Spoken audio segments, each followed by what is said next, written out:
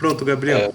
Você vai ter Obrigado por 30 estar aqui hoje. minutos. Você vai ter 30 minutos para fazer a sua arguição, a sua apresentação. Depois a gente vai entrar na parte de arguição. E por fim, a gente vai pedir para o pessoal sair da sala para que a gente possa dirimir sobre o seu futuro com relação ao seu TCC. Ok? Pode Ok. começar, Gabriel. Dá para ver aí, né? Na tela cheia. Sim. Esse é o título do meu TCC, né? Introdução ao controle adaptativo a eventos discretos em base de dados RFD, com planejador automático aplicado a sistemas robóticos. O autor é Gabriel de Almeida Souza, orientador Dr. José Jean Paul Zanlucci de Souza Tavares. Essa é a estrutura da apresentação. Primeiro, com uma visão geral. Depois são detalhadas as ferramentas PRD e PSS. Depois é feito um overview da arquitetura. São tratadas as implementações e o estudo de caso. Por fim, uma conclusão. Da visão geral. Hoje, na indústria atual, né, boa parte dos robôs ainda operam seguindo máquinas de estado finito. Então, ele tem uma operação pré-definida, sem muita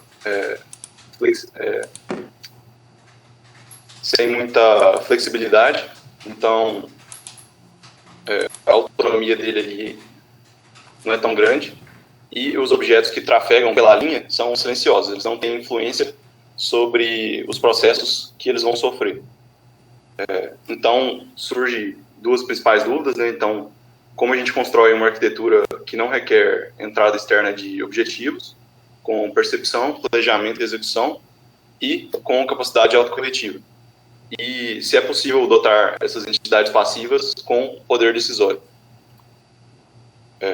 Esse é o conteúdo, né, do trabalho. Então, o objetivo geral é pesquisar a integração entre sistemas cyberfísicos, objetos passivos com capacidade de afetar decisões, e planejadores automáticos. Esse é o embasamento teórico das principais ferramentas do trabalho, para a PRD, que é a Predicate Inside RFID Database. A gente depende de RFD e de lógica de predicados. Para a PSS, que é o Physical State Space, a gente depende de alguma ferramenta de modelagem, seja ela a rede Petri ou a máquina de estados finitos. Para o planejamento de estados, a gente depende do entendimento de algoritmos de busca e heurística e da linguagem PDDL.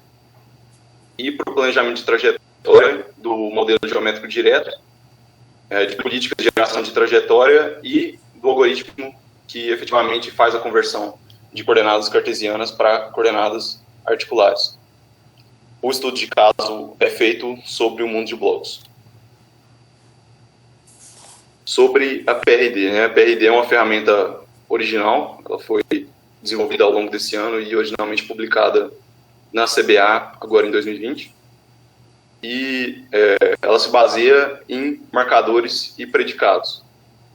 Então, o principal objetivo dela é dotar de poder decisório esses agentes passivos, né, que estão distribuídos pelo domínio. E os objetivos eles podem ser dados de forma direta ou indireta. Aqui, nesse exemplo, né, o robô R, o agente ativo, ele tem que atuar sobre esses objetos com base em informação que está lá deles, né? Então, por exemplo, da peça P, ela explicitamente dita que o caminho que ela deve seguir é o caminho B, né? Então, é uma referência direta, enquanto a peça O passa uma referência indireta, que ela deve seguir a peça P. E quanto às ferramentas para, de fato, implementar a PRD, o parser, né? Ele é feito com base no Thesaurus, então depende dos marcadores, dos predicados e da estrutura de linguagem adotada. E os processos de agrupamento, compilação e tomada de decisão acontecem em seguida.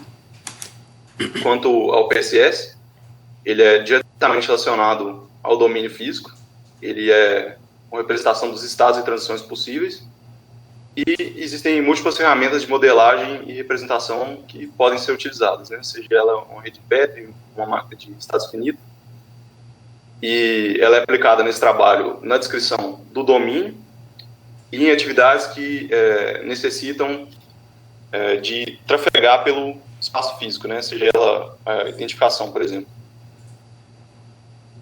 Agora, da arquitetura, esse é o ciclo completo. Então, ele é basicamente percepção, planejamento e execução. E esse processo é iterativo, né, até que satisfaça todos os objetivos. E ele também deve reiterar, né, no caso de falha de execução, né, caso ocorra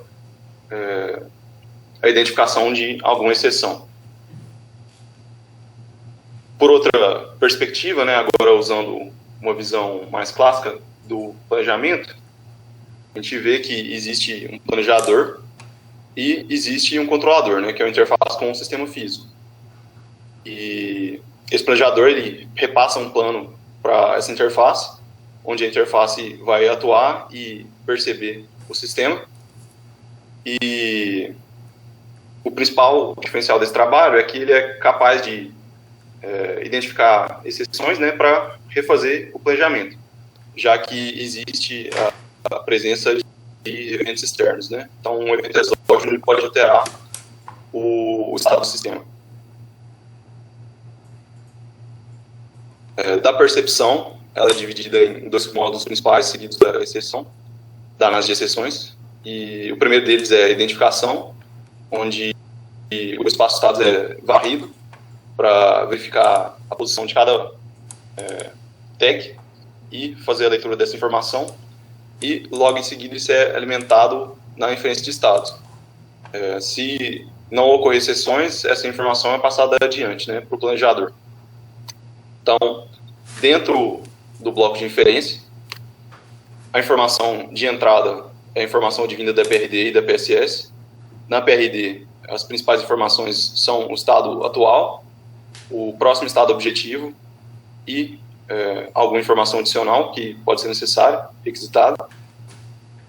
E na PSS apenas o estado de posição atual. Então, lá no bloco de inferência, o que acontece é o agrupamento e a filtragem dessa informação, onde vão ser utilizadas regras de inferência para gerar o arquivo problema PDDL, né?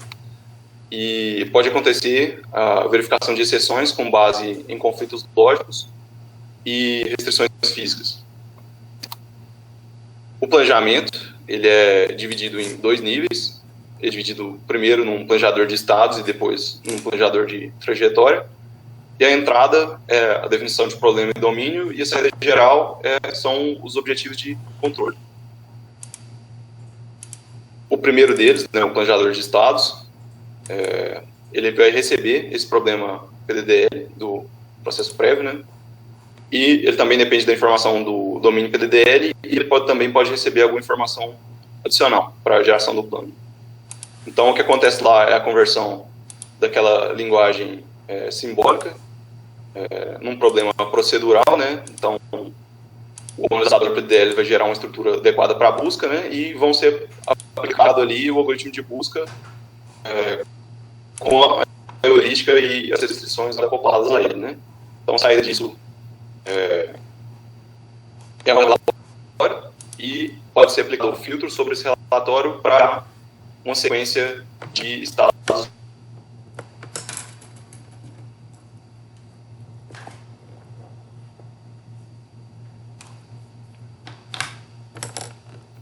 Nele aqui são dois processos até a saída, né? Primeiro, um processo de inicialização, onde existe, deve ser informado, né, o estado articular inicial do robô e a sequência de estados em coordenadas cartesianas a serem atingidas, né? Também é importante a presença do modelo geométrico direto, da política de trajetória e da técnica de otimização, que efetivamente faz a conversão de coordenadas cartesianas para coordenadas articulares.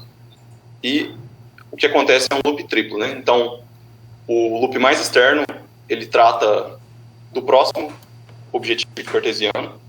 O segundo loop, ele vai tratar da geração de trajetória. E o loop mais interno, que é o loop de otimização, né? Ele vai fazer a conversão do estado cartesiano para o estado em coordenadas articulares. E a saída final desse processo é um vetor de vetores, onde existe cada coordenada articular acoplada a um vetor de coordenadas cartesianas. Esse é o bloco de execução. Então, esses comandos que vêm lá do planejamento vão entrar aqui. E o primeiro bloquinho ali é o bloquinho controlador, né? Então, a entrada são esses comandos e a saída é um novo estado. E após ele acontece uma inspeção para verificar se o estado alcançado é de fato o estado objetivo, se eles são equivalentes.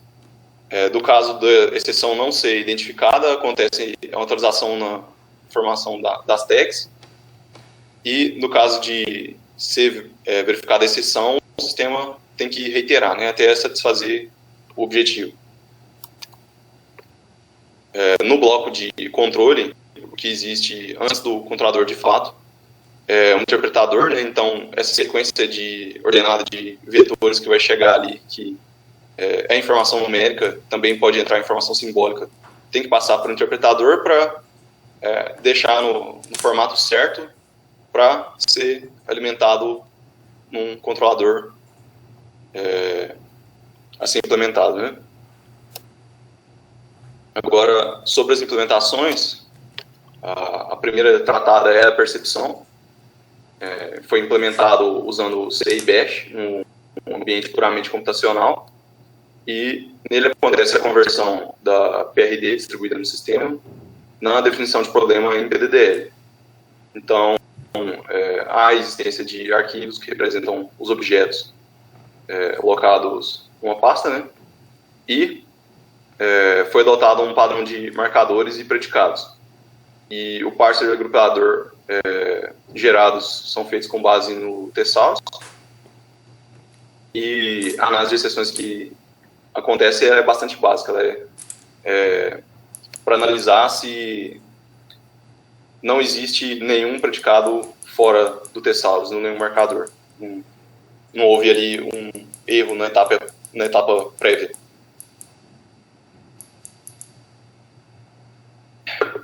Do ponto de vista arquitetural, a entrada é nula. Agora, do ponto de vista prático, a entrada é apenas o nome do arquivo que vai ser a saída também, né, em PDDL. Do planejamento de ação, o core do programa é o Fast Downward. E o que a gente passa como entrada para o Fast Downward é a descrição do problema em PDDL e do domínio. E a gente também vai passar o algoritmo de busca e a heurística. E a saída disso são os resultados de busca, né? Agora, do programa como um todo, a entrada necessária vai ser apenas o problema em PDDL e a saída vai ser um vetor sequência de ações, né, no formato simbólico. Foram feitas 3 implementações, uma implementação serial, implementação em HTTP e uma implementação socket.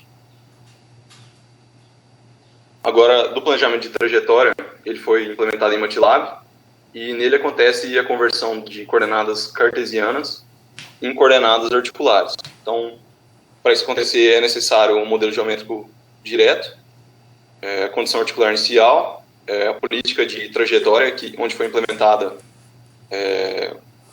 transições lineares, e um critério de conversão, onde foi adotado uma técnica de otimização usando a pseudo-inversa do jacobiano. Então, a entrada disso é um vetor de sequência de ações numérico, e a saída vai ser aquele vetor de vetores para referência de controle. Agora, do estudo de caso sobre o mundo de blocos. O mundo de blocos, o objetivo dele é levar o sistema de um estado inicial para um estado final, e as regras genéricas foram adaptadas para serem cabíveis em um domínio físico, nessa variante. Agora, quanto ao primeiro estudo de caso, né, para um caso monoator, como acontece a inferência, né? Então, vai existir essa estrutura de dados dentro do bloco D, por exemplo. onde existe um marcador da condição atual e da próxima condição objetivo, e existem os predicados dentro delas, né? Então, primeiro, com a posição atual do objeto e com o objetivo dele. Então, os objetivos identificados nesse caso, né, após vasculhar o espaço de estados e identificar esses objetos, são A na posição 2, 3, B na posição 2, 1, D acima de B e o braço na posição 2, 4. Então, existe interdependência no caso de D, já que ele depende da posição de B, e o bloco C ele é silencioso, ele não tem objetivo explicitado. Esse é um trecho do relatório gerado do plano. Então, é um plano com 16 ações e foram gerados 2.969 estados para alcançar esse plano ótimo, né? E esse é o estado objetivo gerado. Nesse exemplo, a gente vai um pouco além, né? A gente também trata de trajetória. Então, como é feita a geração da trajetória, né? Então, acontece a conversão dos valores simbólicos em valores numéricos por meio de uma tabela, e logo em seguida há a conversão das coordenadas cartesianas em coordenadas articulares, seguindo aquela arquitetura. E a saída disso é um vetor de vetores com a solução para a referência de controle. Agora, para o caso multiator, foi utilizada a identificação virtual. Então, é feita a identificação de objetos virtuais num espaço de estados alocado dentro de uma pasta. E lá é feita a busca, né? Então, cada arquivo é lido e lá são feitas a leitura dos marcadores e dos predicados com essa informação. E após esgotar esses arquivos, é feito o agrupamento dessa informação e a geração do arquivo problema PDDL, né? Então é preenchido o header, é preenchido o estado inicial e os objetivos. E a análise de exceção ela ocorre a nível de identificação de falha na entrada. Para esse caso, esse é o estado inicial, usando 2 braços, e esse é o estado objetivo. Então, é um relativamente direto, já que todos os objetivos eles tratam diretamente da posição onde é desejada a alocação. E esse é o plano gerado, já filtrado, né? Então, ele é um plano composto de 36 passos e foram gerados 2.137.000 estados. Esse plano é sequencial, né? Assim, é possível otimizar ele, já que algumas etapas podem ser feitas em paralelos. Certo. Agora, quanto aos resultados, esses são os resultados de busca e heurística para o caso monoator e multiator. Então, foi utilizado o algoritmo de busca à estrela, com a heurística Hmax no primeiro caso, e esses foram os tempos de busca obtidos, né? Para a máquina local, o tempo de busca foi de 4 milissegundos, e para a máquina remota, o tempo de busca foi também de 4 milissegundos. Para esse caso, a latência de 200 milissegundos é dominante, já que ela está 2 ordens de magnitude acima, né? Agora, para o caso multiator, foi utilizado o algoritmo estrela com a heurística PDB. E a gente vê que o tempo de busca está na mesma ordem da latência, né? Então, para esse caso aqui, utilizar um servidor remoto é viável. Quanto a tempo e custo, né, um servidor remoto tem um custo de uso, não o custo do equipamento em si. Então, há essa vantagem, apesar do custo de latência, custo de tempo, né? Agora, tratando sobre a inferência, ela foi feita puramente virtual, para esse exemplo. E quanto ao planejamento de trajetória, foi observado que o algoritmo adotado não tem garantias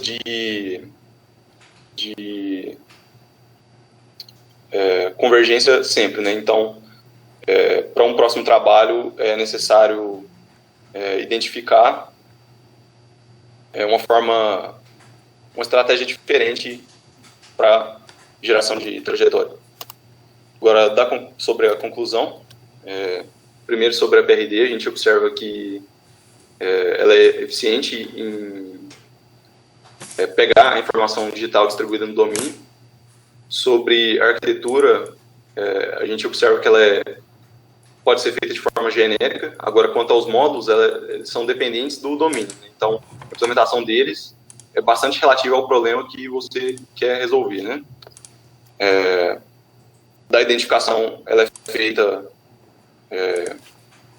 buscando os objetos no espaço de estados. Então, é necessário o uso de alguma técnica para vasculhar esse espaço de estados, SPSS. E quanto aos meios de acesso ao serviço, isso pode ser feito local ou remotamente, usando protocolos de conexão cabeada, né, ou protocolos da internet. Quanto ao planejamento de ação, a gente vê que, para o exemplo estudado, há uma hierarquia de 2 níveis, né? Então acontece um planejamento a nível de transições discretas e um planejamento a nível de trajetória. O planejamento de trajetória nesse trabalho, ele é do nível de posição, então velocidade e aceleração ainda não foi tratado. E quanto ao retorno e execução, de posse daquele vetor de vetores de referência, é possível alimentar essa informação de volta para o cliente, onde o cliente tem que processar aqueles dados para executar com base nas leis de controle implementadas nele. A identificação de exceções é provavelmente o principal desafio desse trabalho, já que são vários tipos diferentes de exceção, e a identificação de exceção ela acontece não no domínio como um todo, mas em apenas uma pequena parte dele no momento específico. Agora, quanto aos trabalhos futuros, é necessária a maturação da PRD, a maturação do processo de inferência,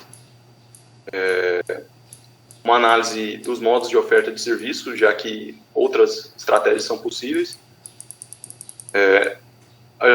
a geração de um módulo de planejamento de movimento, a integração eficiente e automática entre os processos da arquitetura, uma implementação completa num sistema físico, de fato, e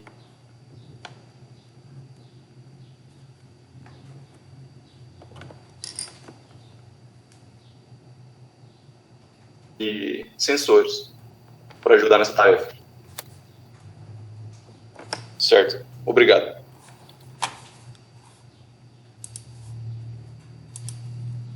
Eu que agradeço, Gabriel. Vamos passar agora para a fase de arguição. E vou pedir para a professora Gabriela começar a arguição em cima de você. Por gentileza, Gabriela. Fica à vontade. Muito obrigada, professor João Paul. Eu queria agradecer primeiramente, né, o convite, tanto do senhor quanto do Gabriel, de fazer parte dessa banca. Para mim é uma satisfação muito grande de participar dessa banca de graduação da universidade de vocês, né, da UFO. Em relação ao trabalho, eu gostei muito de ler, viu, Gabriel? Estava muito completo, né, de todas as etapas do projeto que você fez. Eu, enquanto professor, é uma satisfação muito grande ver um trabalho de graduação quando você nota, né, que houve um esforço do aluno de fazer o desenvolvimento de um trabalho em que ele pôde enxergar um processo completo, né, de desenvolvimento até a aplicação daquele trabalho, e que ele tem um entendimento daquilo que ele fez. Por isso você está de parabéns e o seu orientador também está de parabéns, né, de conduzir todo esse trabalho. O trabalho está bem escrito, eu encontrei pouquíssimos erros, tá? Eu deixei anotado na versão PDF, eu te mando assim que terminar a banca, mas são pouquíssimos mesmo, né? E alguns são até mesmo estilo, tá? Então você vê o que você acha que convém mudar e o que não convém mudar, tá? Eu deixei todos eles anotados.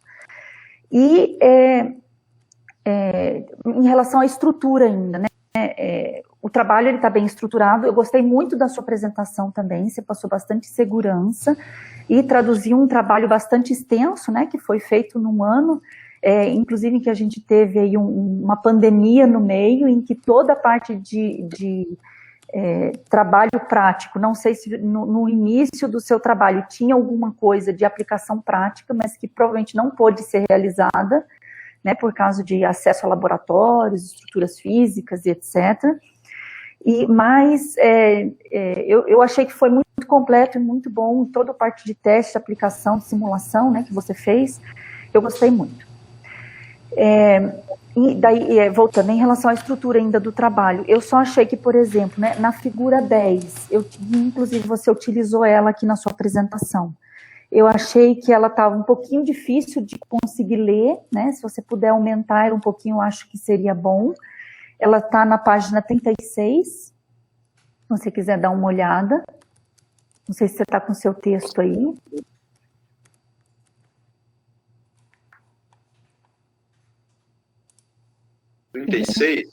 Isso.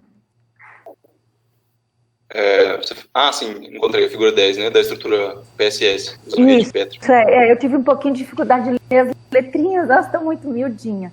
No PDF a gente consegue aumentar, ampliar e fazer a leitura, né?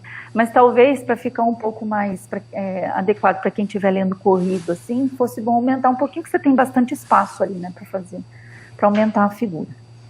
E a figura 21 também na página 44, foram as duas que eu tive um pouco de dificuldade de fazer a leitura. Essa da página 44, eu tentei aumentar, né, a tela, só que quando eu aumentei a tela, eu não consegui, eu perdi a resolução, aí eu não consegui identificar direito as letras do que estava, principalmente do primeiro bloquinho ali que está escrito Tokenizer. Tokenizer. Não consegui, eu não consegui identificar direito. E, bom, é isso. Aí outra coisa também a respeito de estrutura, né, que eu vi que você fez um trabalho muito legal, né, em termos de capricho, né, de escrita do texto, tanto na parte de uso das referências, né, você aplicou muito bem as normas, né, de referências, e de uso de palavras estrangeiras em itálico, mas eu notei que em alguns casos as palavras estrangeiras elas não ficaram em itálico. Talvez você passou despercebido na hora de escrever. Eu não sublinhei todas, então talvez seria bom você dar uma relida antes de entregar a versão final, né? Já que é um documento que vai ficar aí para a posteridade, tá? Até mesmo quando você quiser lê-lo novamente, né, futuramente, é bom quando a gente lê e tem orgulho daqui, nossa, foi muito bem feito, né, caprichoso, tudo. E ele já está bem caprichoso, então seriam só alguns pontos bem mínimos mesmo, tá? E eu vou fazer umas perguntas que são mais dúvidas minhas mesmo, tá, em relação ao trabalho. Primeiro, eu queria saber o que são sistemas cyberfísicos. E você, o que é esse termo cyberfísico? Sim. O sistema cyberfísico é um sistema que interage com o domínio físico, né? É alguma coisa, talvez ali um sistema mecânico, talvez um sistema elétrico, que ele busca informação digital para ajudar ele a realizar alguma tarefa, né? A realizar o propósito dele, né? Então, não está só em hardware, né, a lógica dele, né? Tem um componente de software nesse sistema. E que daí seria a parte relacionada a cyber, provavelmente? Isso. Então, por exemplo, não é um humano realizando a atividade, né? Seria um sistema mecânico ou eletrônico, né, com uma computação embarcada que realiza alguma atividade no mundo físico. Isso. Na verdade, eu não procurei a definição exata, tá, desse termo, mas eu senti falta de uma definição, né, de que tipo de sistema você está tratando. Logo, bem no começo do seu TCC, você coloca, né, um sistema cyber-physics, acho que é na primeira linha, no primeiro parágrafo, com certeza. E talvez fosse bom só definir o que é esse tipo de sistema que você vai trabalhar. Tá bom? Na verdade, foi a primeira palavra. Exatamente. Obrigado. E eu queria saber, do trabalho como um todo, assim, do que você realizou esse ano, né, qual é o maior aprendizado, assim, que você tiraria? Sim. Eu acho que a habilidade de dar um passo para trás e tentar enxergar o negócio como um todo, né? Você tentar entender ali como que cada pedacinho da arquitetura tem que conversar para o sistema de fato funcionar. Um passo para trás você fala... Você vê tudo, sabe? Entendi. Você olhar uma visão geral. A pessoa, tipo, ela vai trabalhar na implementação de alguma coisa bastante específica ali dentro, né? Aí ela acaba fechando a vista dela para o que acontece a mais, né? Isso, exato, ao redor, né? Porque essa parte de comunicação, inclusive, ela é uma parte que ela é bastante complexa quando a gente começa a colocar muitos elementos interagindo entre si. Como a gente faz a coordenação dessa comunicação. Hoje existem muitos protocolos que fazem esse tipo de tratamento, né, certamente, mas, por exemplo, quando a gente propõe para a indústria que seja utilizado uma solução, né, que ela é uma solução, a bem dizer, de internet, né, que é vulnerável, como a gente faz a garantia dessa comunicação sem... na verdade, existem dois problemas, né, ou a gente parte para uma solução que é através da internet mesmo, né, e daí a gente precisa garantir a segurança dos dados que estão naquela empresa, porque muitas vezes uma empresa ela lida com plantas que em um dia giram milhões ali dentro, né, e qualquer segundo que ela perde, ela está perdendo muito dinheiro. Então ela tem que ter uma segurança muito grande de que o protocolo e o processo que ela vai colocar ali tem que ter, tá blindado, né, de outros eventos externos que venham interferir naquele processo. Ou a gente propõe uma solução particular, e daí a gente começa a enfrentar todos esses problemas de comunicação propriamente dito, né, que é como a gente faz como é que a gente fala? Agora fugiu a palavra. Mas o sincronismo, né, entre quem está enviando a informação, quem está recebendo, quem pega naquela hora, quem não pega. Então, é todo um problema que a gente tem aí para trabalhar e inserir numa indústria, né, soluções que são adequadas, né, dentro desse novo conceito da indústria 4.0. Então, para mim, é uma preocupação muito grande, né? E como você vê isso depois de você ter realizado esse trabalho? Ixi, é um problema bem grande, assim. Quando você tem muitos clientes, né, diversos escravos tentando acessar um serviço, vai acontecer colisão, né? Então, o que você tem que ter é uma infraestrutura feita para tratar disso, né? Ela tem que ser robusta e suficientemente poderosa para conseguir lidar com todos aqueles clientes. Isso, exatamente. Isso quando a gente está falando da comunicação externa, né? E do que você se referiu, que eu imagino que seja mais uma comunicação interna entre os bloquinhos do seu desenvolvimento, né? Que você tem lá a parte de controle, da parte de planejamento, como eles interagem entre si. Certo? Sim. Ou não? Assim, a forma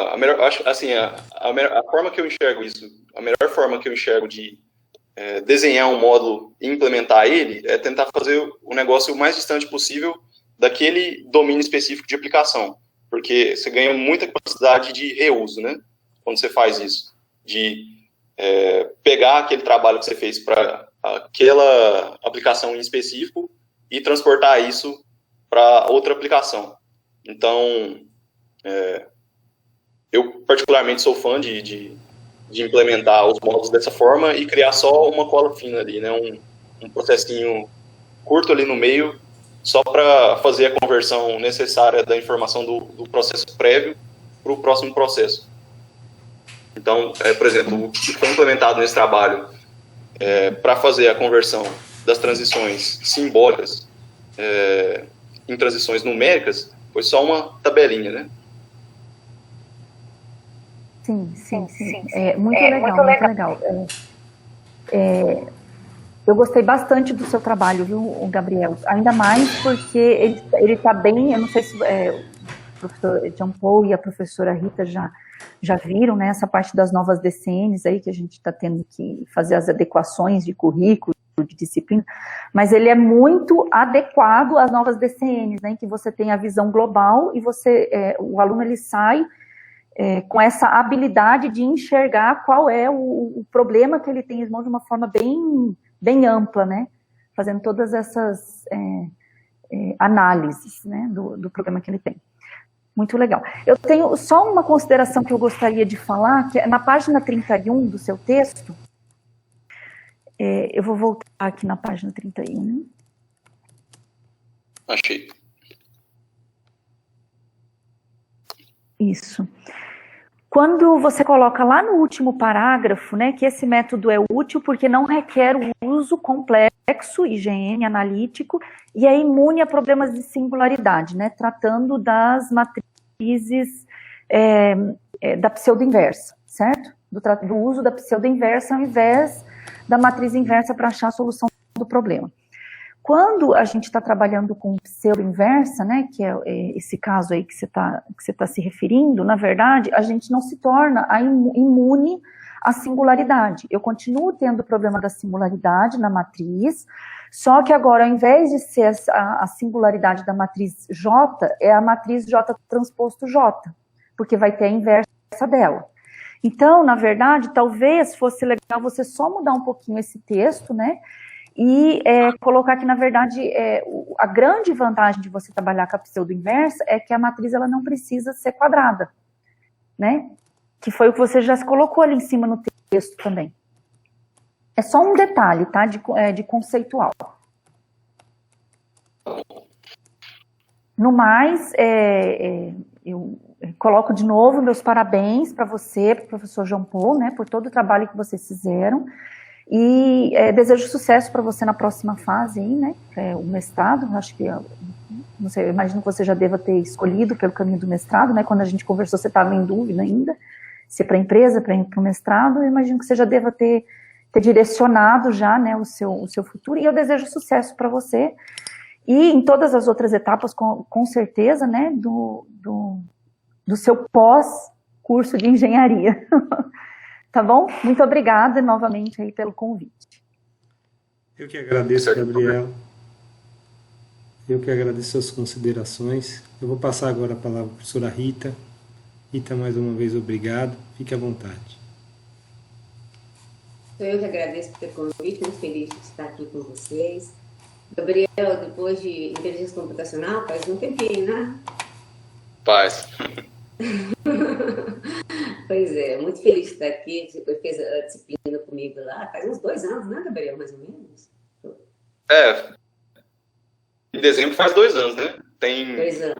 No final de 2018, isso. E fico muito feliz de você ter lembrado com esse convite, viu? Agradeço você hoje, fico muito feliz de participar um trabalho tão interessante.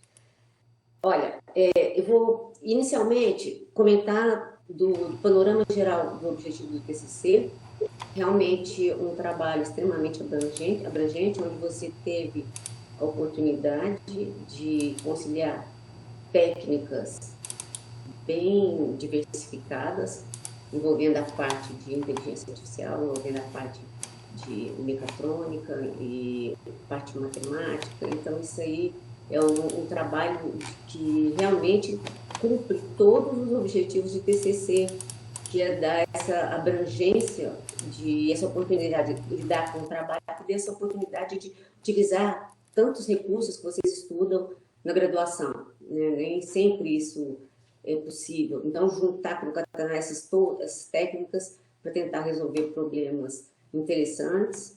E então isso aí eu acho que é um dos principais objetivos do TCC.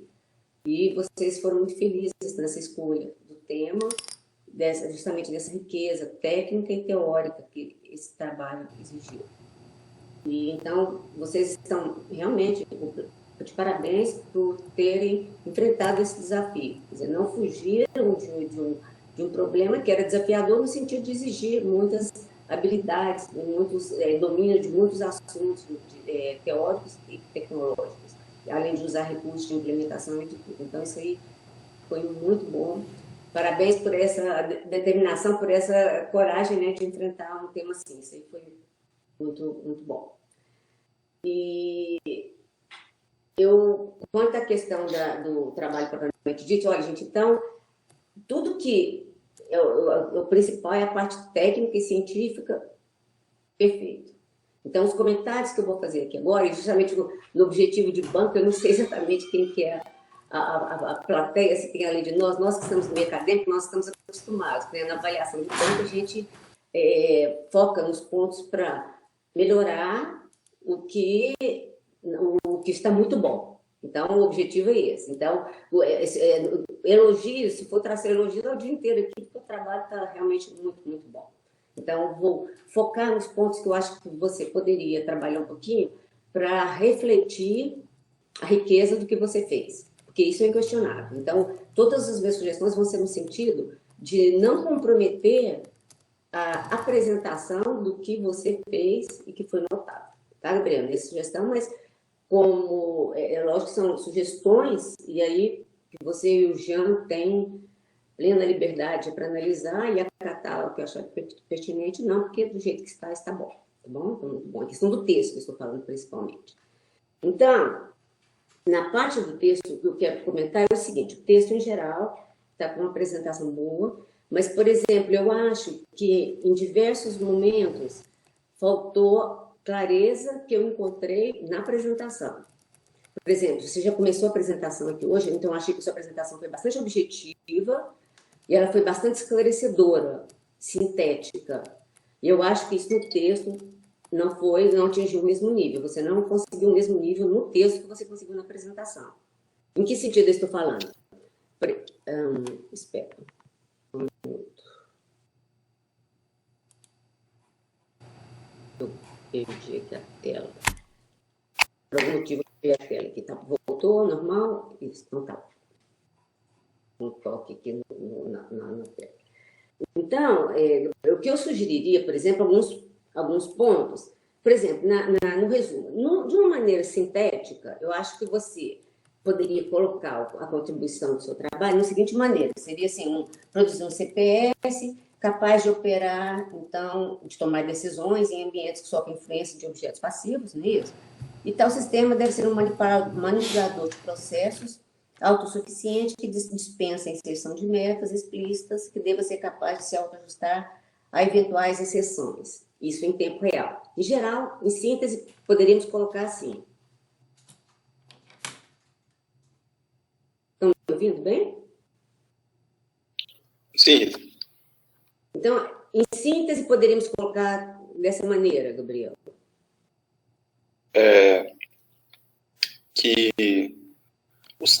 Desculpa, professor, é que o sistema cyberfísico, ele tem... Eu perdi ali o final, travou um pouquinho. Ele é um tomador de decisão, né?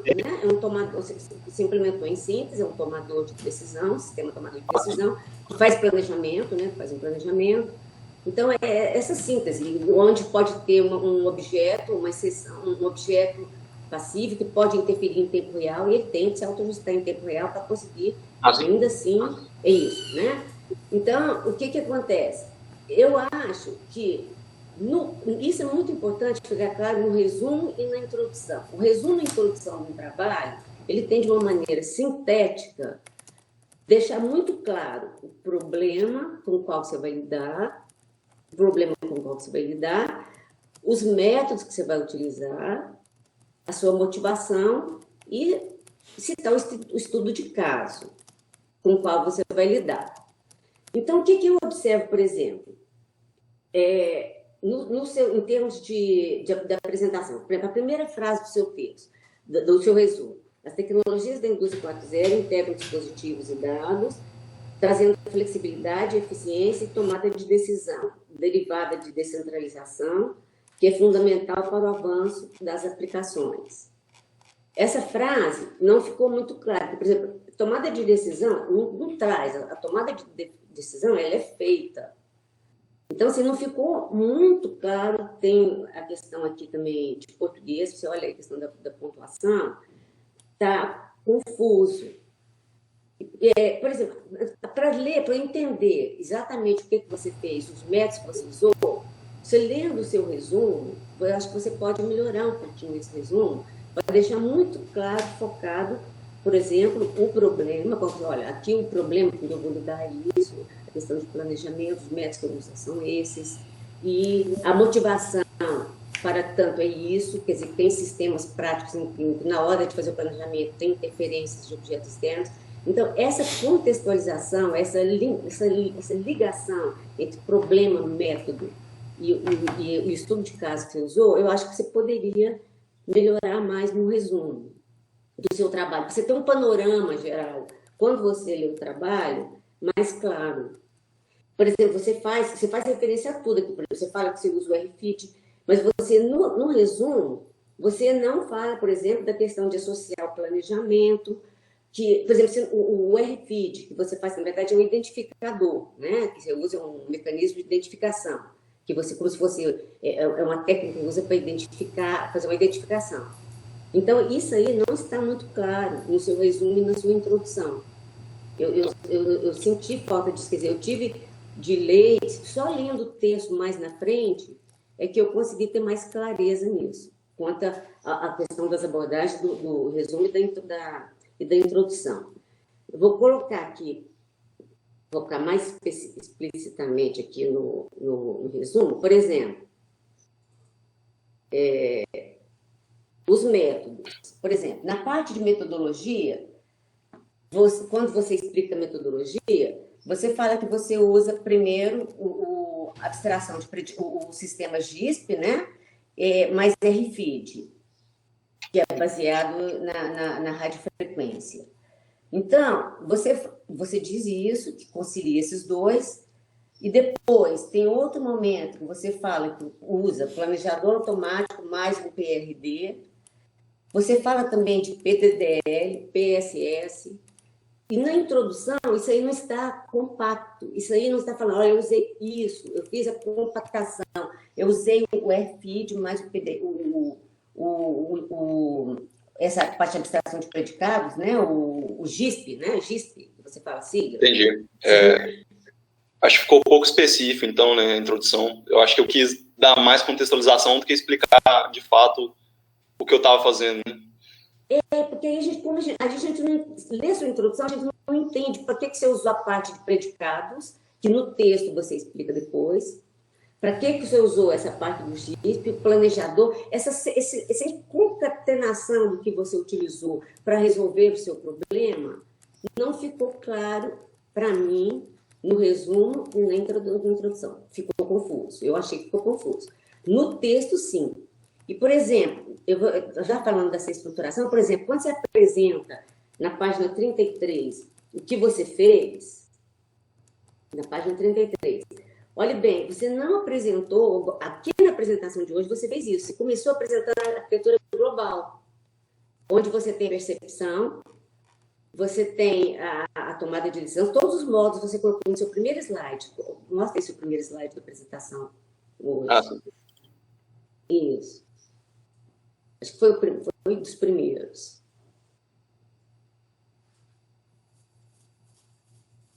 Qual deles? Esse primeiro aqui? Você mostra a arquitetura global, a primeira. Foi o primeiro slide onde você fez. O ciclo completo, isso.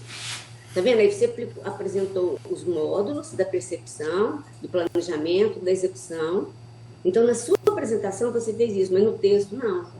No texto, você não começa com a apresentação da arquitetura completa e mostrando, então, as partes dela depois e focando em cada uma delas. Então, fica um pouco difícil de você começar a ler a seção 3 e ter essa percepção global do que você fez, e depois colocando uma lupa em cada uma das subpartes dela, como você fez aqui na apresentação de hoje. Tá vendo aqui, na sua parte 3, por exemplo? Ah, sim, entendi. Porque eu introduzo isso na seção 3.3, né? Não logo de cara, no início da seção. Mas aí você tem que ir lá na frente para ver isso. Entendi. Então, isso aí é bom você colocar, Gabriel, no começo, assim, uma sugestão. Eu colocaria isso aí no começo da seção 3.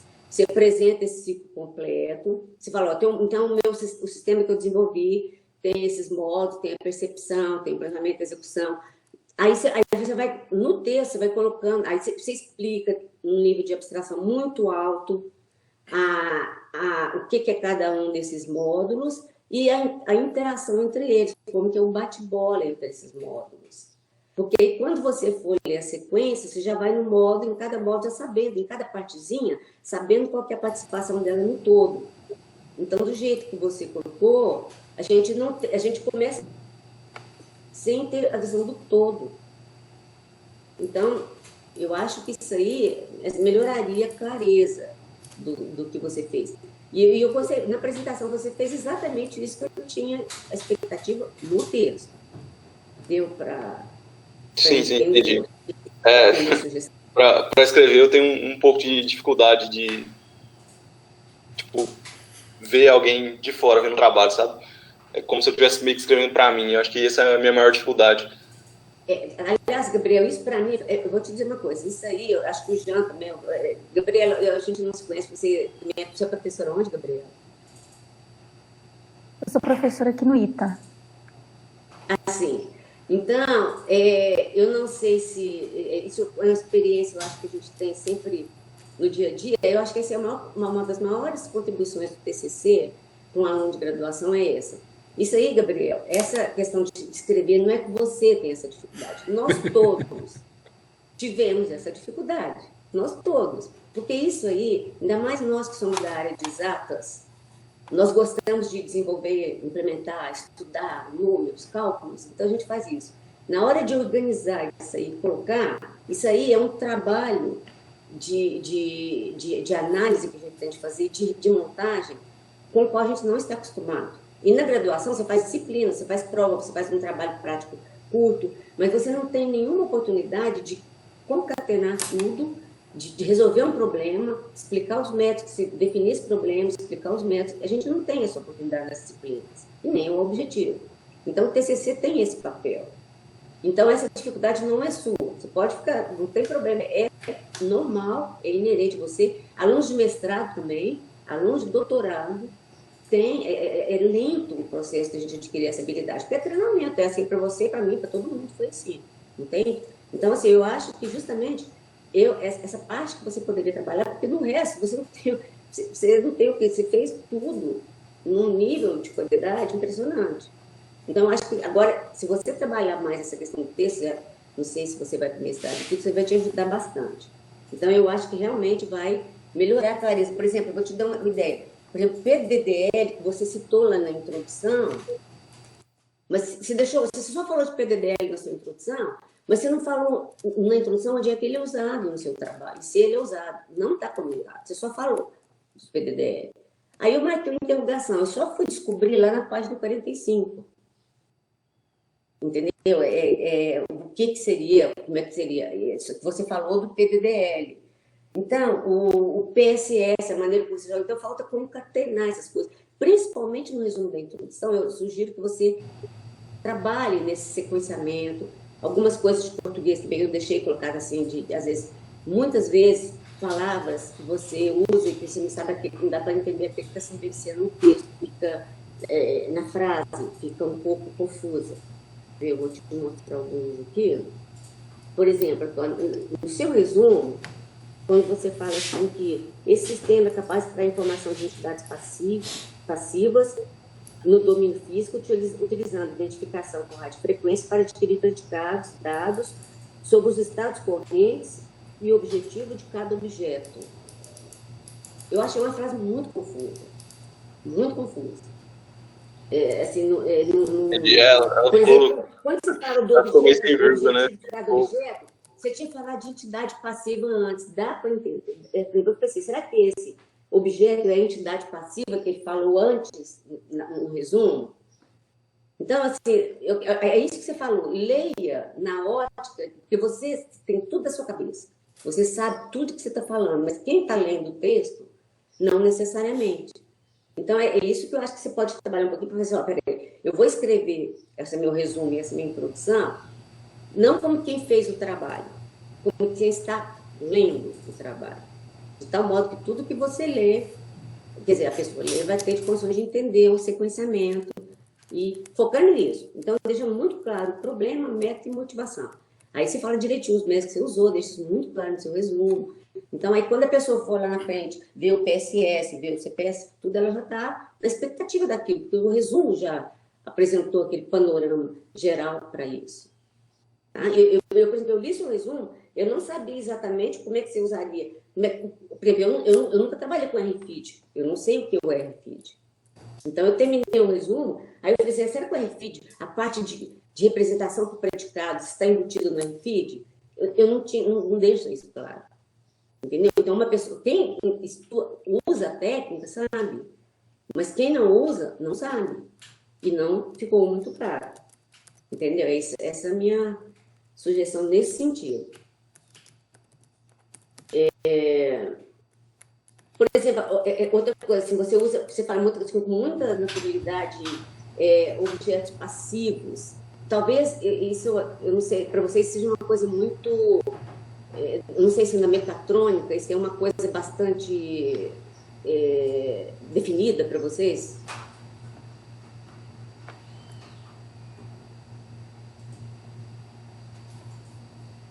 Pois é, porque assim, aí a gente lê a introdução, você fala um objeto passivo. Agente ativo, agente passivo. E eu não encontrei um momento, você explicou o que é isso. Entendi. O que é isso? O que seria esse objeto passivo? Você está entendendo? Você está falando no resumo como se fosse uma coisa assim, ululante. Você fala sobre isso de uma maneira, assim, nos objetos passivos. Assim, o que você quer dizer nessa introdução com os objetos passivos? O objeto passivo é um objeto que ele não tem nenhuma forma de alterar ele próprio o domínio, né? Tipo, ele não tem um atuador embutido nele, por exemplo. Tá. Só sofre ações. Tá, então, assim, esse tipo de coisa, eu acho que se você puder, sabe, deixar mais claro para quem está lendo, eu acho que vai contribuir bastante. Aí, gente, vocês podem dar um feedback, Jean, Gabriela, não sei se talvez vocês estejam mais próximos do domínio, desse planejamento, etc., de robótica, não sei. Se tiver alguma coisa que for muito... Vocês me dêem um retorno, porque agora, justamente lendo uma experiência em inteligência artificial, agentes, etc., eu tive essa dificuldade em entender isso. Tá? Então, são poucas coisas que eu acho que ajudariam a melhorar essa clareza. Por exemplo, você fala, no começo da introdução, você fala da indústria 4.0, nas tecnologias, né, da indústria 4.0. Para associar isso aí com a sua metodologia, foi difícil, aí ao longo do texto você vai fazer isso. Então, em resumo, é isso daí. Tá? Eu deixei anotado no PDF, estou mandando para você também, tá, Gabriel? Você vê isso aí, onde é que eu sugeriria que você poderia clarear um pouquinho para corresponder exatamente ao nível do seu trabalho, né? Em termos de desenvolvimento, foi muito bom. Por exemplo, algumas sugestões que eu vou mostrar também em termos de clareza aqui na...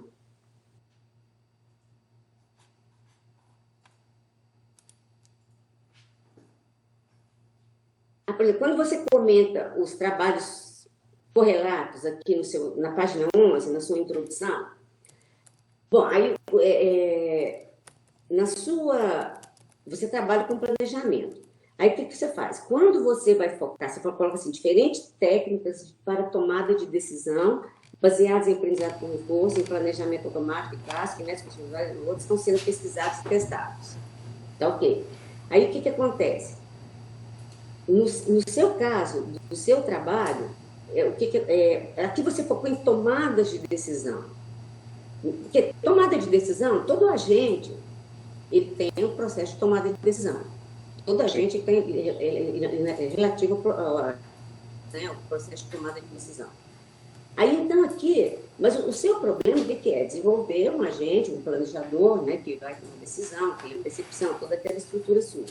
Então, eu acho que para introduzir os trabalhos correlatos que você coloca na introdução, ou os outros trabalhos que fazem isso, você pode colocar, então, diferentes técnicas, falando em planejadores, em trabalhos de planejamento, e não de tomada de decisão, porque tomada de decisão são todos os agentes. Então, Assim, a minha intenção era fazer um paralelo entre as diferentes técnicas, né, para meio que justificar o porquê da adoção de uma técnica de planejamento simbólica, né, no topo. Sim. Talvez não ficou bem claro. Isso, mas aí o que acontece? Mas tá bom, aí, por exemplo, você tem aprendizado por reforço. Aí o que acontece? O aprendizado por reforço exige função de avaliação, existe tantas coisas, você usa diferenças temporais, a cada tomada de decisão a gente tem que se reprogramar, né? Então, tem essas dificuldades. Por exemplo, aí você falou aqui sobre o aprendizado por reforço, só que você não associou, porque você usa o método simbólico, você usa a parte de predicados. Mas aí ficou desconexo. Ficou desconexo para o seu problema. Por que a técnica por reforço não daria certo? Ou alguma coisa, já que você falou da aprendizagem por reforço. Então, ficou solto. Aqui na introdução ficou solto isso.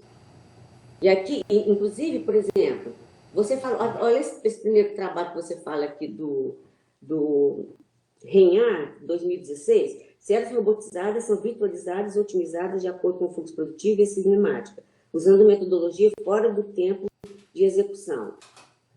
Aí, aqui, por exemplo, você não falou, por exemplo, em termos de aprendizado, já que você estava falando o que ele usou, você falou só metodologia fora do tempo de execução. Só isso foi sobre esse trabalho. Mas o problema que foi, para atacar qual problema, não foi colocado. E nem o método de tratamento disso. Só falou que metodologia fora do tempo de execução. O que é essa metodologia? Entendi. Entendeu? Você falou de uma referência bibliográfica, só que essa referência não deu para correlacionar com o seu trabalho.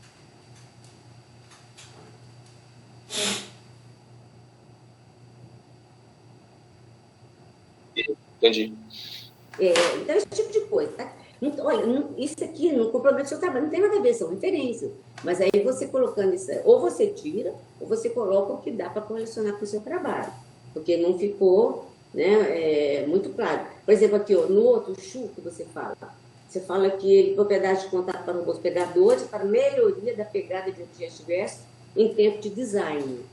Então, quer dizer, esse em tempo de design, quer dizer, no projeto, ele já vai fazer, no próprio projeto, na concepção, a gente vai fazer o planejamento, não ficou muito claro, para mim, pelo menos. Entendi. Porque, assim, o que eu queria fazer com esses trabalhos era só mostrar que, diferente desses dois trabalhos, o trabalho proposto aqui, ele faz esses planejamentos em tempo de execução, né? Em tempo online. Não em tempo de design ou em tempo offline. Isso, então você comenta, então você fala diferente. Isso, você cita os trabalhos, você fala assim, inclusive é muito importante isso, é bom se colocar mesmo, para mostrar o que o seu difere deles.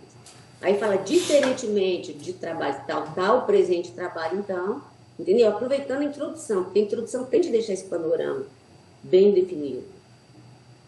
Tá? Então, aproveitar o que você já pôs aí, para ainda deixar mais claro, né, o que é o diferencial do seu com relação aos outros. Tá. Exatamente mesmo. Tá bom? Em termos de métodos, por exemplo, eu não sei se algum que usou, por exemplo, você não chegou a falar se algum deles usou aprendizagem por reforço, eu não sei se algum deles usou aprendizagem por reforço. Sim, o Guerrin no parágrafo de cima. Tá, que usa processo de decisão markoviano. Não, esse aí foi o Hoffer, né? O Guerrin é o de baixo. O Guerrin? Eu citei que ele usa redes neurais profundas. Isso. Aí, então, ele usa redes profundas, e ele usa redes profundas com reforço? Isso. Com reforço? Isso. Tá. Então, tá bom. Então, seria bom usar... Então, não deve ser uma covinete, imagina, você sabe que tipo de rede. Mas, então, é isso mesmo. Então, já que você falou de aprendizagem por reforço, usa aprendizagem por reforço, porque o aprendizagem por reforço ficou solto lá em cima. Entendeu? Entendi. Ficou desconexo dos trabalhos. Então, isso aí é para você fazer um encadeamento, a coesão científica entre os trabalhos, tá? E aí, com o objetivo, obviamente, de mostrar, contextualizar o seu no meio deles. Certo? Então, é isso que eu sugeri você fazer. Bom, eu vou aqui abreviar, agora eu vou para a parte, porque assim, essas sugestões de clareza que eu deixei tudo anotado no PDF, vou passar. Então, eu vou passar, assim, por questão, algumas dúvidas aqui na parte... Algumas coisas. Pronto para no texto que eu quero te perguntar.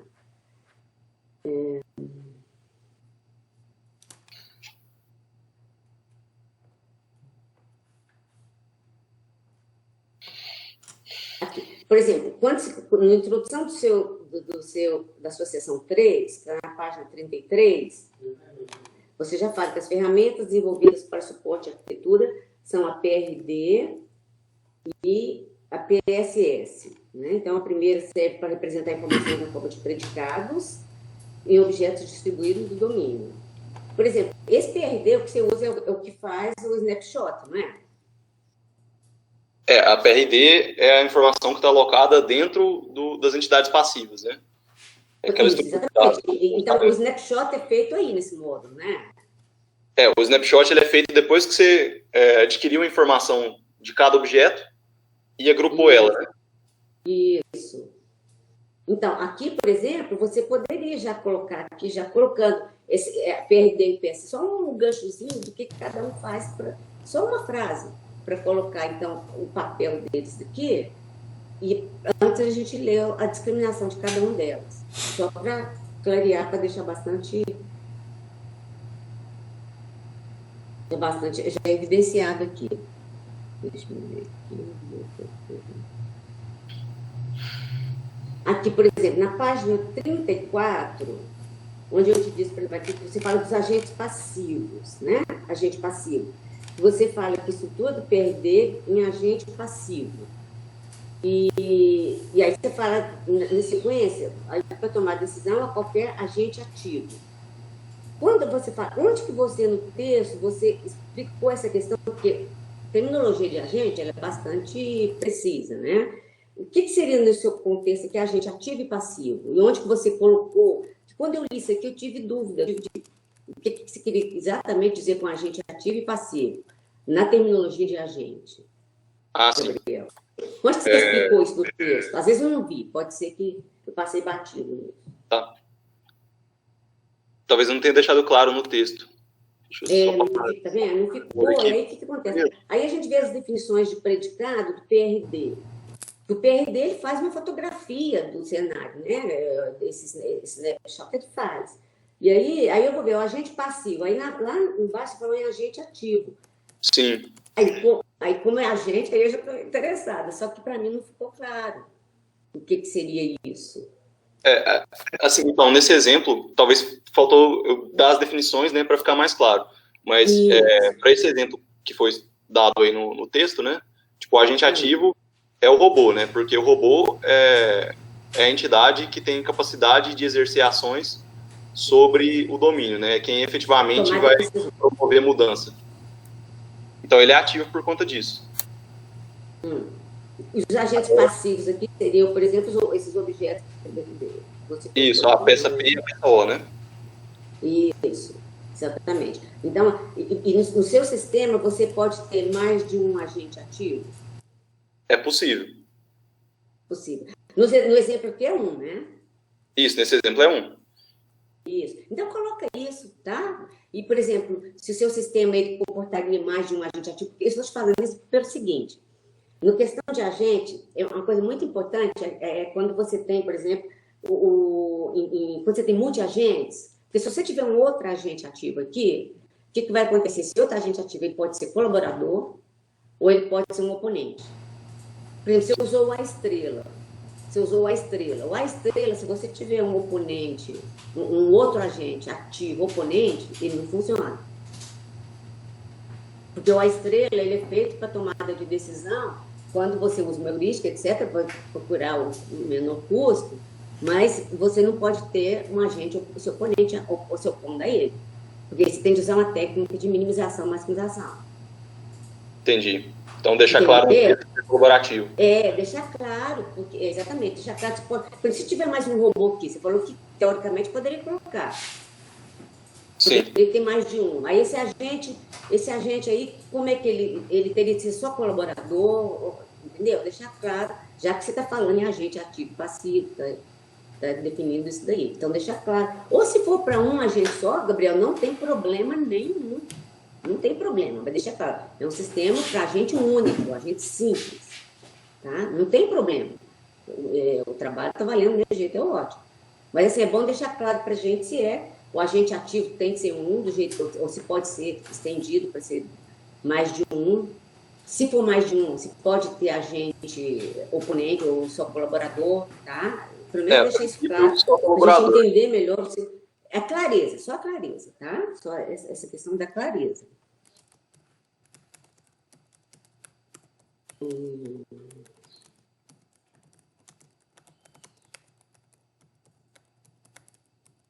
Aqui também, em termos de clareza, por exemplo, você fala, na página 36, eu não entendi muito bem.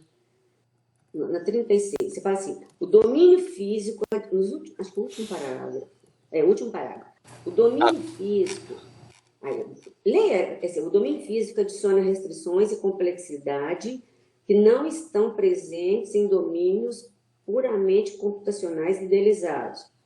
Devem ser tomados em consideração para a estrutura da arquitetura. Esse deve ser tomado está referindo a quê? Na frase não ficou claro. Tá. Essas restrições e essa complexidade, elas têm que ser tomadas em consideração para a estrutura da arquitetura PRD e os modelos de funcionamento do domínio. Então, o que eu quero dizer é que no domínio físico, não, né? Entendi. Então, você tem que mudar a frase que o domínio físico adiciona restrições e complexidades não presentes em domínios puramente computacionalizados, né? Devendo ser tomadas. Então, quem tem que ser considerado é a restrição e a complexidade.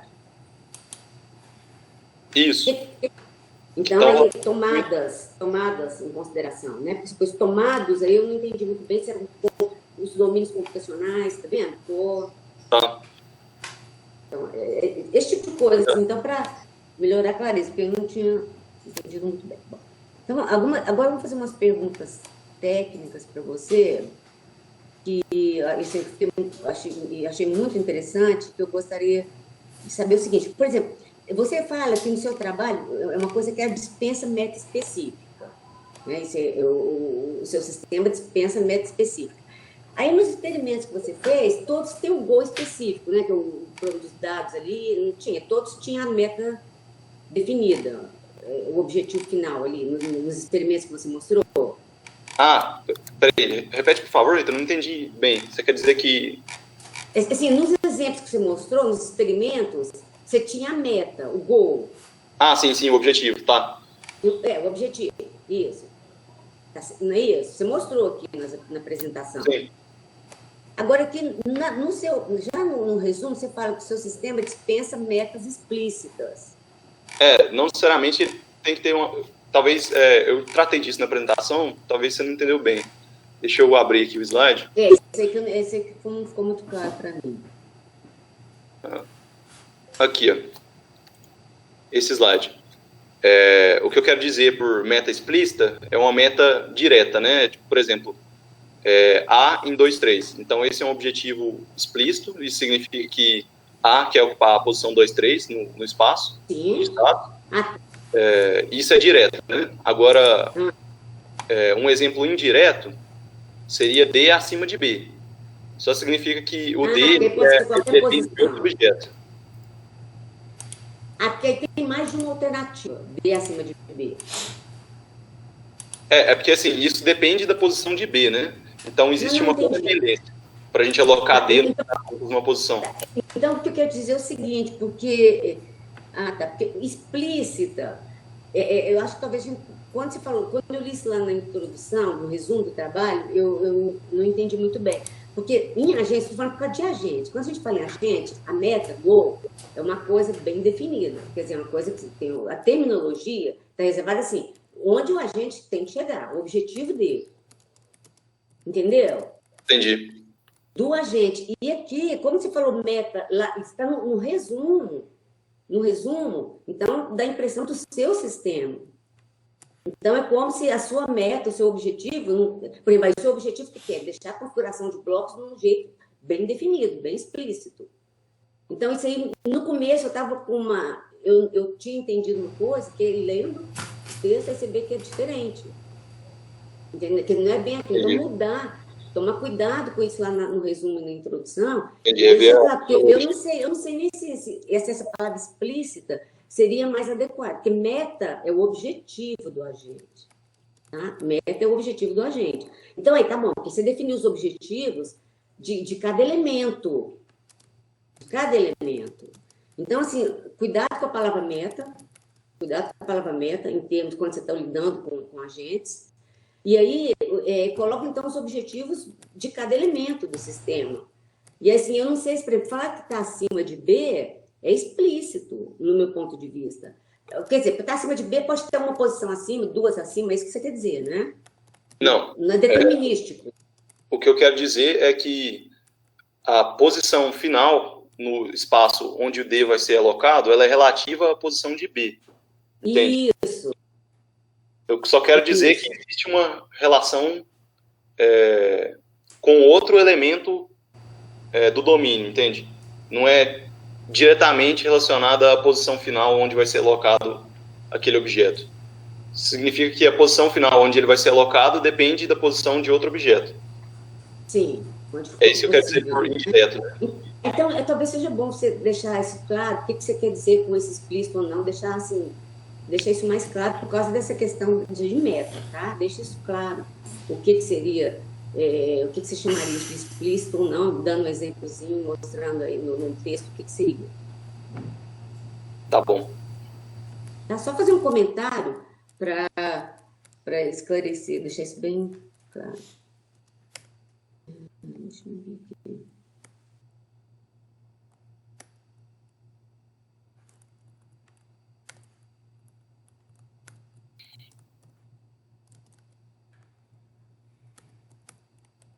Uma questão no cálculo de predicado, deixa eu ver aqui, que eu fiquei bastante... uma coisa que eu fiquei bastante curiosa. Quanto ao PRD, porque esse PRD é bem recente, né, Gabriel? E eu gostei muito de usar essas especificações aí de predicados. Realmente eu trabalhei também bastante tempo, né, com a IA simbólica, e realmente é uma representação. Por exemplo, hoje em dia a gente vê em inteligência artificial tanto que é bom a gente trabalhar, mesmo quando a gente usa a aprendizagem profunda, conciliar com a aprendizagem simbólica para os casos mais específicos. Então, isso eu achei muito bom, você está usando essa questão de definição por predicados. Aí minha pergunta é o seguinte, quando você define, aqui na figura 8, você define o objetivo, por exemplo, do objeto, na página 35. O objetivo aí esse objetivo aí, você mostra que eu escolhi o caminho B. Minha pergunta é a seguinte, no PRD, tem como você definir mais do que uma alternativa? Por exemplo, aqui no caso você está mexendo com caminho, então eu vou usar caminho. Tem como você definir mais do que uma alternativa de caminho para um objeto? E aí ele fazer como se fosse um backtracking do Prolog, que o Prolog faz. Quer dizer, ele tenta um caminho para achar um planejamento, seguindo os objetivos que você está definindo. Aí vamos supor que não deu certo. Ele recua e pega o caminho alternativo. Assim, no próprio PRD, você tem como fazer essa representação de caminhos alternativos para o mesmo objeto, ligados a condições. Por exemplo, condição tal vai nesse caminho, não, o formalismo não permite isso. Sim. Não, o formalismo permite sim. O que tem que existir, né, na etapa seguinte, tipo, o analisador que vai pegar aquela informação na PRD e destrinchar ela para alimentar no planejador, ele tem que ser capaz de identificar que aquela informação que está anotada lá é para ser tratada dessa forma, né? Que aí quando a gente for gerar o problema em PDDL, isso vai entrar lá como não é um condicional. Como é que fala? É tipo uma alternativa. Isso. Seria algo nesse sentido, né? Mas assim, a especificação é bastante genérica, né? Então, se for necessário implementar alguma coisa desse tipo, é possível, sim. É possível, né? E aí isso aí é interessante. Mas pelo que você falou, ele ainda tá em desenvolvimento, né? Isso, eu não especifiquei a linguagem ainda não. Isso aí eu gostei bastante. Quer dizer, vocês pegaram coisa bem recente mesmo e isso aí foi muito bom. Essa especificação de predicado realmente dá. E se eles agregarem essa questão, por exemplo, de retrocesso que a gente consegue com predicado, eu acho que em termos de planejamento assim pode dar bastante flexibilidade de solução. Bem interessante. Bom, Gabriel, no geral, esses comentários que eu queria fazer para você nessa parte. Vou te mandar o PDF para você ver. Novamente, esteja à vontade para são sugestões, tá? Você e o Jean aí, o que vocês acharem pertinente, seguirem ou não, mas vocês estão realmente de parabéns pela qualidade de trabalho do TCC, eu acho, pela complexidade do desafio que você pegou. Realmente um trabalho de TCC muito, muito bom. Eu acho que, com certeza, uma preparação assim, excepcional, seja para a sua aspiração empresarial ou de acadêmica, acho que você está muito bem encaminhado. E não fica se sentindo inseguro com questão de texto redigir, não, porque isso é de todo mundo. Vai para o mestrado, você corrige isso aí, você vai perder esse medo, com certeza. Tá? Mas como o escrito de TCC e tudo, está muito bom. Então, só essas observações é justamente para você pensar, né, se você for fazer mestrado, escrever artigo um dia, então tomar esses cuidados aí que vão te ajudar na sua sequência, tá bom? Tá certo. Muito obrigada, estou muito honrada com esse convite, gostei muito de participar, muito bom participar de uma banca com a qualidade de trabalho dessa. Tá? Parabéns mesmo para vocês dois. Muito obrigado. Eu que agradeço, Rita. Eu vou passar as minhas considerações para depois abrir para o Gustavo. Só um minutinho, eu vou no banheiro ali e já volto, tá? Tá bom. Eu vou pegar água. Tá bom. Gabriela, você conhece o Domingos aí?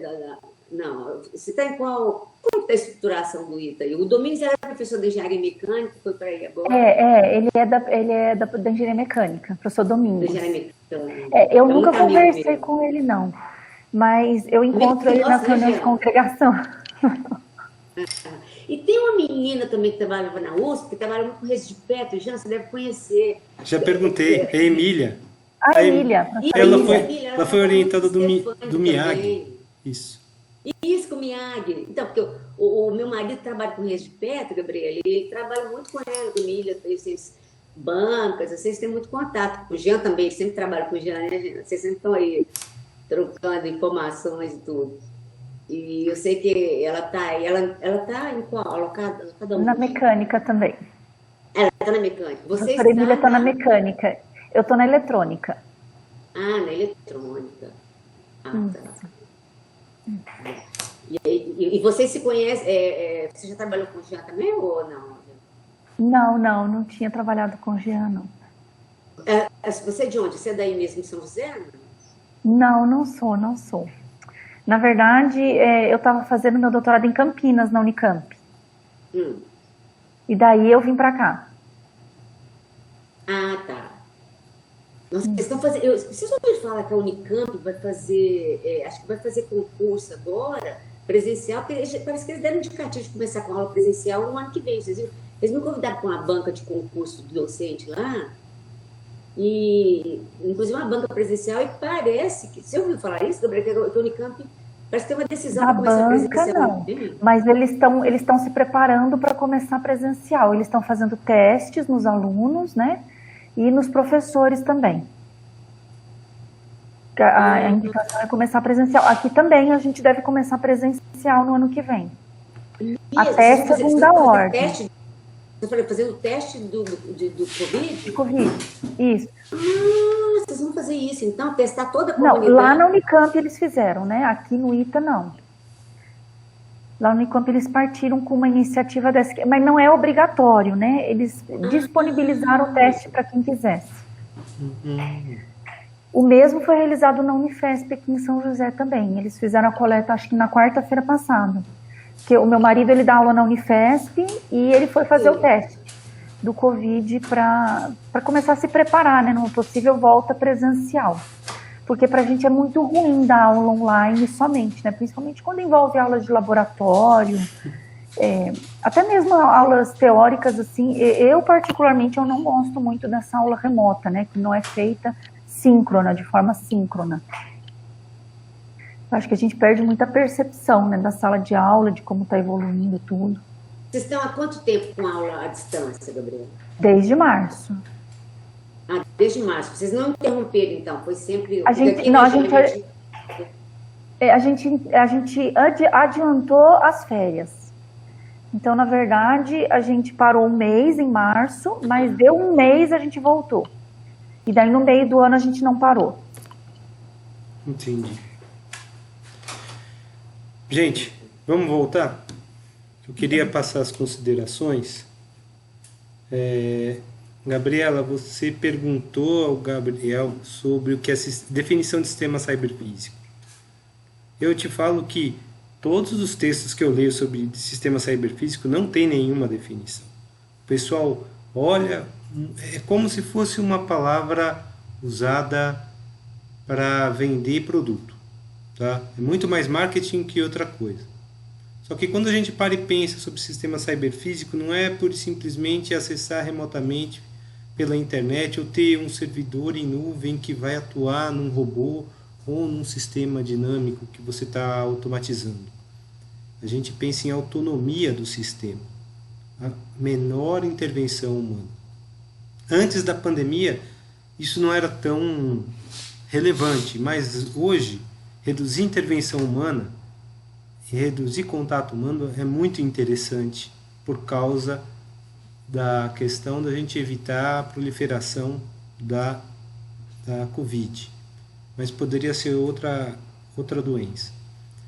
Tanto que no início desse ano, quando a gente começou a escrever artigos e eu mudei a introdução falando da Covid, o Gabriel torceu o nariz.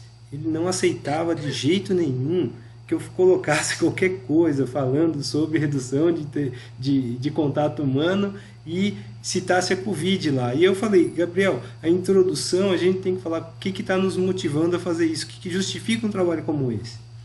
E sistema cyberfísico, para a gente, é um sistema que não é só onde eu posso aplicar um servidor em nuvem, um sistema em edge, para que eu possa, quando tiver problemas de comunicação com a nuvem, atuar no sistema, ter autonomia a ponto dos objetos se comunicarem. E aí vem a segunda questão, o que é agente ativo e agente passivo? O Gabriel falou que agente ativo é aquele que pode ter atuação no sistema. Se eu pensar computacionalmente, é aquele agente que tem método, tá? E o agente passivo é aquele que só tem informação sobre ele, tá? Outra coisa que não mostra nessa apresentação e nesse trabalho é como é que a gente chegou nessa solução. A gente estava trabalhando com inserção de redes de Petri em base de dados de identificação por radiofrequência. A identificação por radiofrequência é composta por um leitor e por tags. As tags são colocadas nos objetos, geralmente objetos que não têm ação, que não tem nenhum método atrelado a ele. E a tag, diferente de um código de barras, ela é algo dinâmico. Eu posso atualizar os dados que estão colocados lá. Como a maioria das soluções que a gente tem em automação industrial são máquinas de estado puras e simples, a grande maioria, vamos falar 99%, poucas são as soluções que exigem uma máquina de Turing, sabe? Ou todos aqueles que deveriam usar uma máquina de Turing, o pessoal restringe e vira uma máquina de estado. Dá para usar redes de Petri. E a gente divide a parte da rede de Petri matricial entre a tag e o leitor. E a gente estava trabalhando com esse mundo de blocos e para grandes domínios, redes de Petri não consegue representá-lo. Para mais de 3 blocos, se eu tentar criar um modelo em rede de Petri, tem uma explosão de estados. E a gente estava interfaceando redes de Petri com planejamento automático. Da rede de Petri saía os snapshots, ia para um domínio com um planejador automático e ele devolvia a sequência de ações e a gente atualizava todos os dados em redes de Petri. E o Gabriel teve a feliz ideia ele disse a seguinte frase: por que ao invés de gravar a rede de Petri eu já não gravo o predicado na tag? E eu falei para ele, isso, a ideia é disruptiva, é inovadora, vamos colocar isso num artigo, e foi assim que saiu esse TCC. Por isso que ele é tão iniciante, porque a gente não olhou que exceções surgem desse sistema. O que a Rita colocou foi perfeito. Rita, o exemplo que você pediu lá da página 34. Bem, Gabriel, eu vou me tornar apresentador e eu vou colocar agora a página 34 para todo mundo ver, tá? Quando o pessoal começou a falar com você, em tal página você podia ter feito isso, eu não quis atrapalhar, mas aqui a gente tem a estrutura desses dois objetos, parte O e parte B, que vão passar por um robô. Parte O está falando que o objetivo é seguir o PET B. E o parte B e a parte P, a parte P fala que vai seguir o PET B. Então ele vai seguir esse caminho. E a parte O que veio depois vai falar que vai seguir a parte P. Até aqui tudo bem, mas imagina se fosse o inverso a sequência física. Se o O viesse antes do P. Que decisão o robô ia tomar? Ele vai ler uma parte e fala, siga a parte P. Mas a parte P não passou. Ele não ia saber para onde iria. Então, esse é um dos problemas maiores que a gente vai ter com lógica de predicados.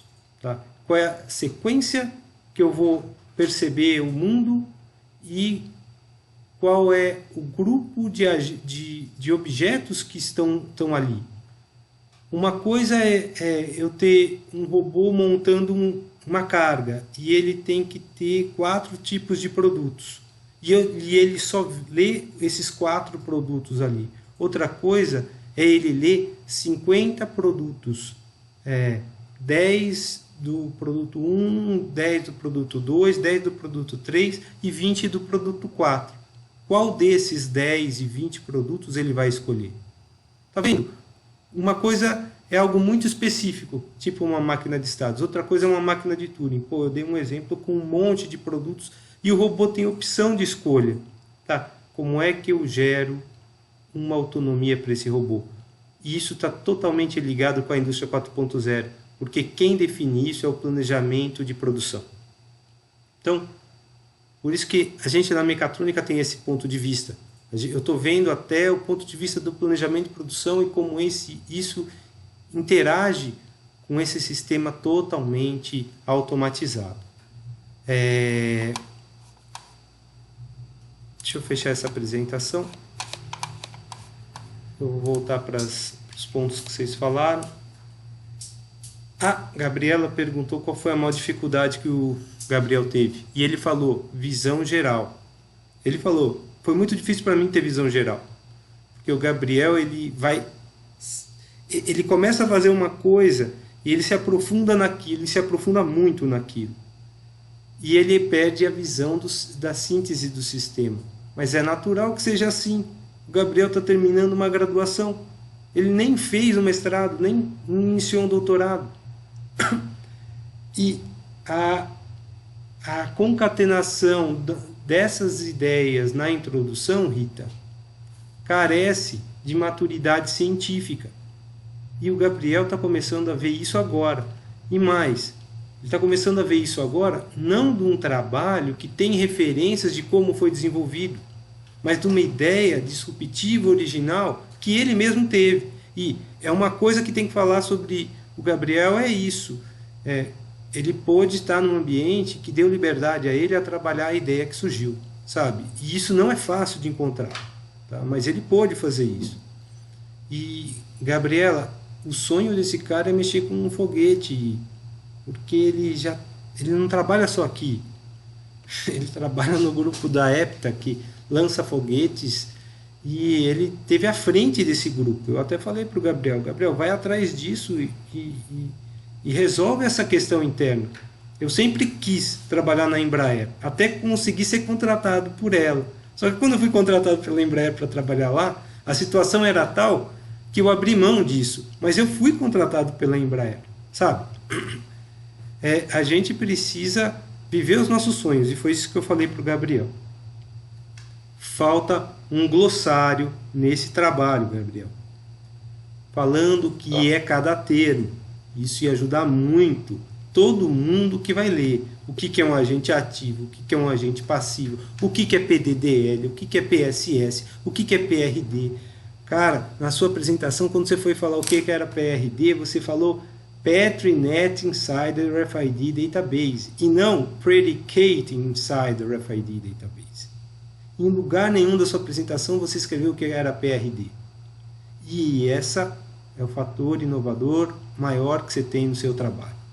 Eu nunca vi base de dados de RFD contendo lógica de predicados. A Rita nunca ouviu falar sobre isso.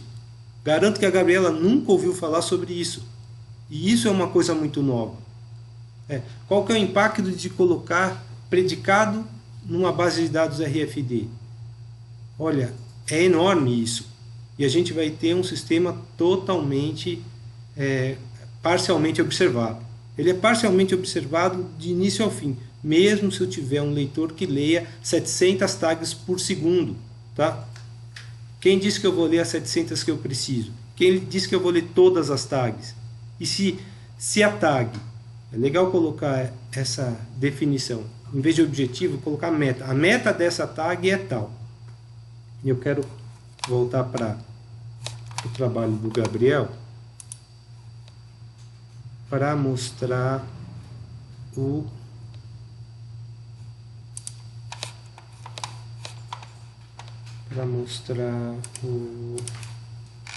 exemplo de um único ator. E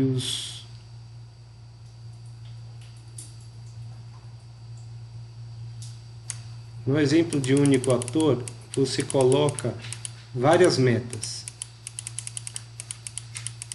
E é legal a gente ver como é que esse exemplo foi montado. Porque o objeto A tem uma meta bem definida. O objeto B tem outra meta bem definida. O A vai ter que ficar aqui, nessa posição. O B tem que ficar aqui, nessa posição. O D tem que ficar sobre o B. Notem que se o A tivesse na posição 2, 2, o D só poderia ficar na 2, 3 para garantir que ele fique acima do B. E aí ele não ia ficar em cima do B diretamente, tá? Se o A não ficasse na 2, 3, mas ficasse na 2, 2, o D teria que ficar em cima do A. Então ele ia ser dependente não só do B, mas também do A. E se vocês não notaram, o C não tinha meta nenhuma. Tá vendo? E o C manteve-se no mesmo lugar. Só que ele percebeu 4 objetos. E do jeito que a gente está fazendo, com a tecnologia que a gente está usando no robô, uma tecnologia que lê uma tag a 10 centímetros. Eu não estou usando uma tecnologia que lê a 3 metros. Todas as tags no raio de 3 metros. Então ele acaba lendo cada bloco separadamente. Isso amplia ainda mais a parcialidade da observação do sistema. Por isso que podem surgir diversas exceções e essas exceções não foram trabalhadas. A gente não trabalhou essas exceções nesse trabalho como a gente trabalhou as exceções que a gente fez no trabalho da PNRD, que coloca as redes de Petri nas tags. Gabriel, eu tenho algumas perguntas para você. Quantos artigos você publicou só nesta área? PNRD e PRD. Ixi, de cabeça, não sei não. Deve ter sido uns 6 ou 7. Todos em congressos científicos, né? Isso. Em congressos científicos nacionais e internacionais. Quantos artigos você publicou fora esse trabalho que você fez aqui? 12 no total. 12 no total. Esse é outro ponto. O Gabriel é multitarefa. Ele faz 10 coisas ao mesmo tempo. Tá? Então, um pouco da falta de concatenação é por causa da falta de foco. E eu afirmo isso com veemência, Gabriel. Se você focar numa única coisa, o que você queira fazer, você vai desenvolver muito mais do que dividir-se do jeito que você está se dividindo. Tá? Isso vai ajudar bastante o seu desenvolvimento. E eu acho que essas são as principais considerações que vocês falaram. A gente ainda não trabalhou com questão de tipos de agente ativo, Rita, se é colaborador, se é neutro ou se é opositor. Isso tem que ser colocado em trabalho futuro. A gente nem chegou a pensar nisso daí. E o Gabriel é meio cabeça dura, ele lê um monte de artigos, ele quer colocar os artigos que ele leu no trabalho e às vezes não cabe. Eu li um monte de artigo que não cabe, um monte de trabalho que eu fiz, sabe? E nem por isso eu precisei referenciá-lo, mas isso tem a ver com a maturidade científica. Com o tempo a gente vai aprendendo que é assim, a gente tem que ler um monte de trabalho para depois filtrar alguns que a gente realmente vai citar. É o que a Rita falou, como é que a gente vai concatenar cada bibliografia assim colocada. Eu não sei se ficou mais claro para você, Gabriela, e para você, Rita, como é que esse trabalho foi desenvolvido e o que é que está por trás disso. É muito mais autonomia de sistemas fabris e sistemas logísticos, sistema de manufatura e logísticos, porque tem que ser um sistema eventos discreto, que a gente vai utilizar esse tipo de situação, principalmente planejador automático. Se fosse contínuo, não daria para usar nenhuma dessas soluções, nem redes de Petri, nem planejamento automático. Por fim, quero abrir ao Gustavo e a Sara, se eles têm alguma pergunta para fazer para o Gabriel sobre a apresentação.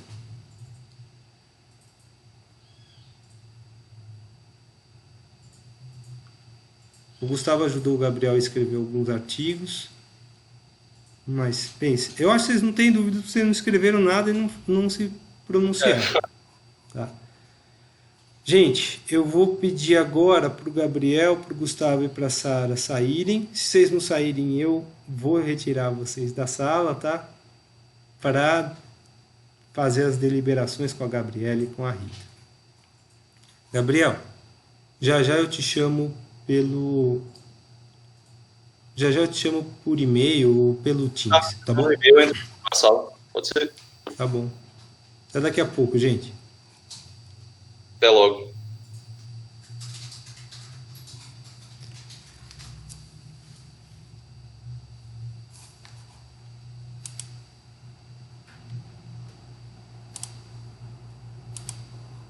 Pronto, estão removidos. Gente, a gente precisa preencher um papel. Documento. Um documento. Deixa eu achar esse documento. Tá aqui.